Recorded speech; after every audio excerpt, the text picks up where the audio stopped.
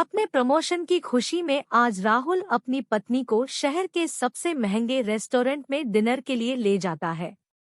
दोनों आज बहुत खुश है क्योंकि राहुल की आज पगार 1 लाख रुपए महीना हो गई है, पहले जो 80,000 रुपए महीना थी। आज राहुल की पत्नी स्वाति की खुशी का कोई ठिकाना नहीं है। आखिर उसको खर्च करने के लिए अब और पैसे मिलेंगे। आज वह कुछ ज्यादा ही सच संवर कर डिनर के लिए आई है। आज उसको ऐसे लग रहा है जैसे उसका कोई पुराना सपना पूरा हो गया। आखिर उसके पति की पगार अगर बढ़ी और उसका अवधा भी, यही तो उसको चाहिए था। आखिर हमेशा से उसने पैसे को ही तो महत्व दिया है। उसको गरीब लोग कभी पसंद ही कहाँ आते हैं। उसको तो महंगी चीजें, महंगे रेस्टोरेंट और महंगे गिफ्ट ही पसंद आते हैं। शहर के इस रेस्टोरेंट में सभी लोग महंगे महंगे कपड़े, सूट बूट और महिलाएं महंगी महंगी साड़ी और वेस्टर्न कपड़े पहन कर आई थी। ऐसा लग रहा था इस रेस्टोरेंट में गरीबों के लिए कोई जगह नहीं है। स्वाति आज अपने आप को महारानी समझ रही थी। इतने में वह देखती है एक सिंपल से कपड़ों में लड़का उसकी टेबल के पास चला आ रहा था। उसको देखकर स्वाति चौंक जाती है और कहती है, अरे तुम यहाँ कहाँ से आ गए? क्या तुम यहाँ बेटर हो? वह लड़का कुछ बोल पाता इससे पहले फिर बोलती है, तुम्हारी हैसियत तो इस रेस्टोरेंट में आने की नहीं है।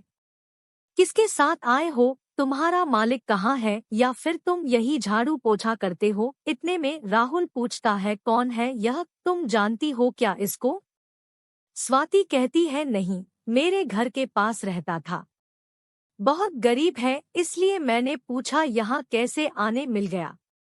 वह लड़का वहाँ से जाने लगता है। इतने में स्वाति उससे जोर से बोलती है, अरे कम से कम बताते तो जाओ, यहाँ करते क्या हो?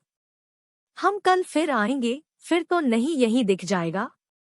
लड़का मुस्कुराता है और कहता है, तुम आज भी नहीं बदली, पहले भी पैसों पर मरती थी, आज भी पैसों पर मरती हो। अच्छा हुआ जो तुम मेरी जिंदगी में नहीं हो। यह लड़का स्वाति का पहला प्रेमी था, सौरभ, जो उससे बहुत प्यार करता था। पर गरीब होने की वजह से स्वाति ने उसको छोड़ दिया और राहुल से शादी कर ली। स्वाति को यह बात चुभ जाती है और वह चिल्लाकर सौरभ से कहती है, तुम क्या जानो पैसे की कीमत? तुमने तो कभी देखे ही नहीं। तुम तो हमेशा गरीबी में रहे हो और हमेशा गरीबी में रहोगे। जिसके पास पैसा नहीं होता है उसके पास कुछ नहीं रहता। खैर छोड़ो, मैं तुम जैसे भिखारी से पैसों की बात क्यों करूं?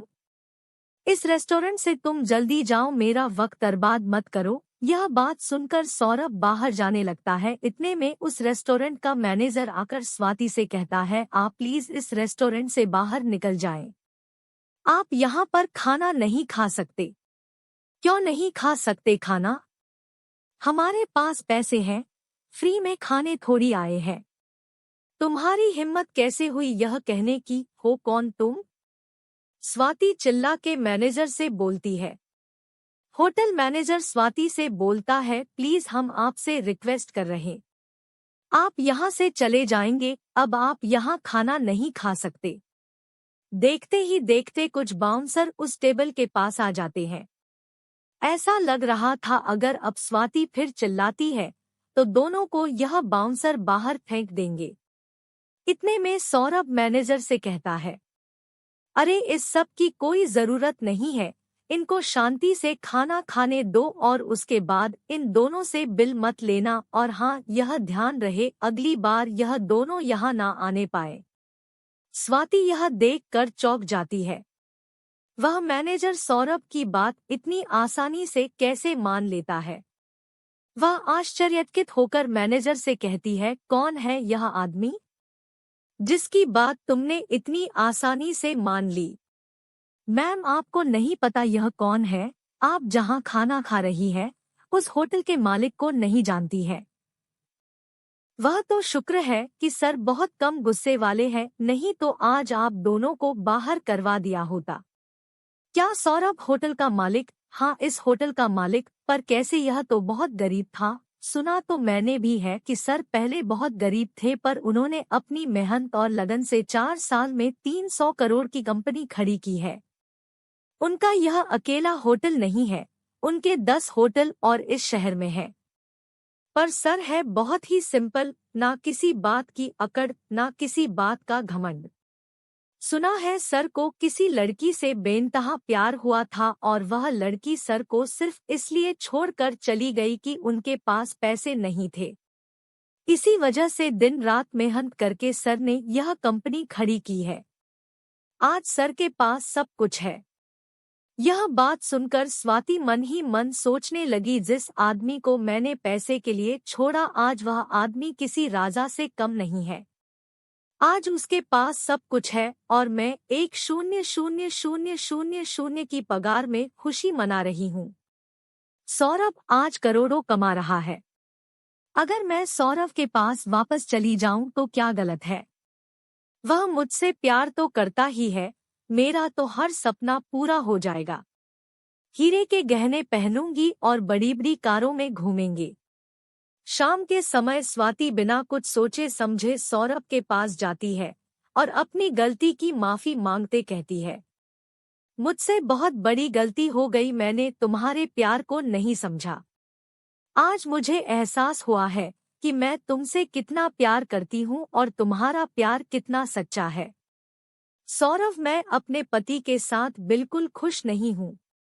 अगर तुम मुझे अपना लोगे तो मैं आपसे अपने पति को तलाक दे दूंगी और तुम्हारी हो जाऊंगी, हमेशा हमेशा के लिए। सौरभ यह बात सुनकर स्वाति को जोर से खींचकर एक थप्पड़ मारता है और कहता है, अरे बेवफा, पैसे की भूखी औरत, कम से कम जिंदगी में किसी एक के साथ तो वफा कर।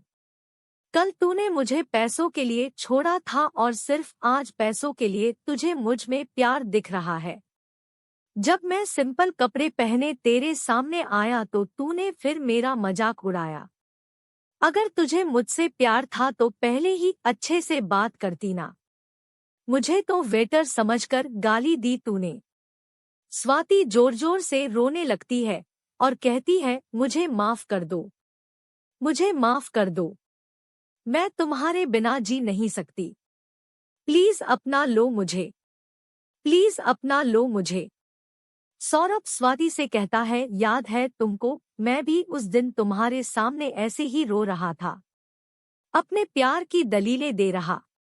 मुझे इस बात का दुख कम है कि तुम मेरी नहीं हो पाई और इस बात का दुख ज्यादा है कि तुम सिर्फ पैसों की भूखी हो। मैंने ऐसी बेवफा लड़की से प्यार किया जिसकी सोच इतनी गंदी है।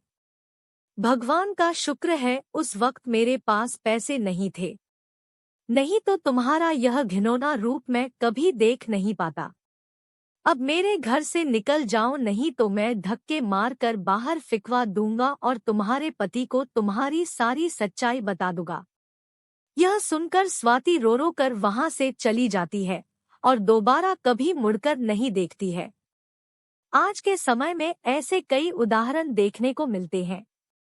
हम यह भूल जाते हैं कि वक्त सबका बदलता है और हमको पैसे के लिए अपने रिश्ते नहीं बदलना चाहिए। प्यार हमेशा सच्चा और दिल से करना चाहिए, तभी हम अपने जीवन को सफल बना सकते हैं।